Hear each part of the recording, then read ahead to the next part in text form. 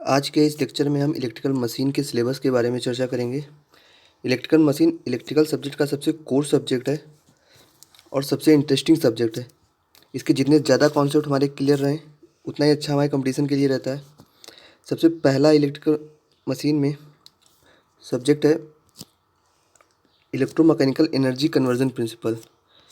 इस टॉपिक में हम ये पढ़ेंगे कि कैसे हमारी इलेक्ट्रिकल मशीन किस प्रिंसिपल पे वर्क करती है, कैसे किसी इलेक्ट्रिकल एनर्जी को मैकेनिकल एनर्जी में कन्वर्ट किया जाता है और कैसे मैकेनिकल एनर्जी को इलेक्ट्रिकल एनर्जी में। हमारा सेकंड टॉपिक है डीसी मशीन। डीसी मशीन में हम action of commutator, EMF generator in armature, number 3 torque in DC machine, circuit model of DC machine, method of excitation, MMF and flux density waveform in DC machine, effect of brush shift, commutation process, compensating winding, basic performance equation of DC machine, operating characteristics of DC generator, operating characteristics of DC motor की starting के बारे में, speed control of DC motor, efficiency and testing of DC machine. उसके बाद एक permanent magnet DC motor के बारे में पढ़ेंगे। उसके बाद डीसी मोटर के प्रिंसिपल्स के बारे में पढ़ेंगे, कहाँ कहाँ डीसी मोटर का यूज होता है। नेक्स्ट टॉपिक रहेगा तीसरा polyphase induction motor. Polyphase induction motor में हम induction motor as a transformer की तरह वर्क करता है, तो उसके बारे में सबसे पहला टॉपिक रहेगा। उसके बाद प्रिंसिपल ऑफ ऑपरेशन रहेगा। थर्ड टॉपिक रहेगा flux, MMF, phasor and wave in induction motor. उसका रोटर की फ्रिक्वेंसी के बारे में थोड़ा चर्चा करेंगे, rotor EMF, current and power के बारे में। उसके बाद मोटर के अंदर होने वाली लॉसेस और मोटर की इफिशियंसी के बारे में। फिर इंडक्शन मोटर फेजर डायग्राम,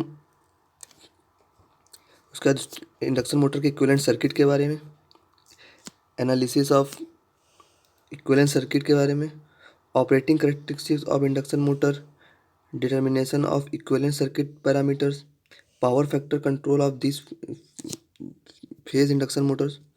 फिर स्टार्टिंग ऑफ इंडक्शन मोटर के बारे में, फिर इंडक्शन मोटर की पोलैरिटी टेस्ट के बारे में पढ़ेंगे और लास्ट उसके एप्लीकेशन के बारे में, कहाँ कहाँ इंडक्शन मोटर का यूज़ होता है।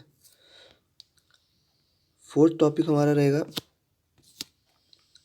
सिंगल फेज इंडक्शन मोटर के बारे में।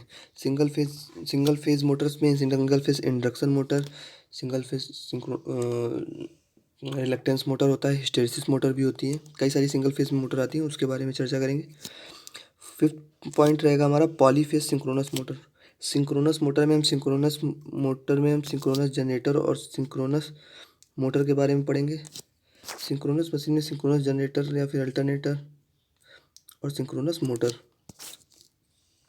उसके बाद लास्ट टॉपिक हमारा रहेगा ट्रांसफार्मर के बारे में पढ़ेंगे। ट्रांसफार्मर एक स्टैटिक मशीन होती है, इसलिए इसको सबसे लास्ट में पढ़ेंगे।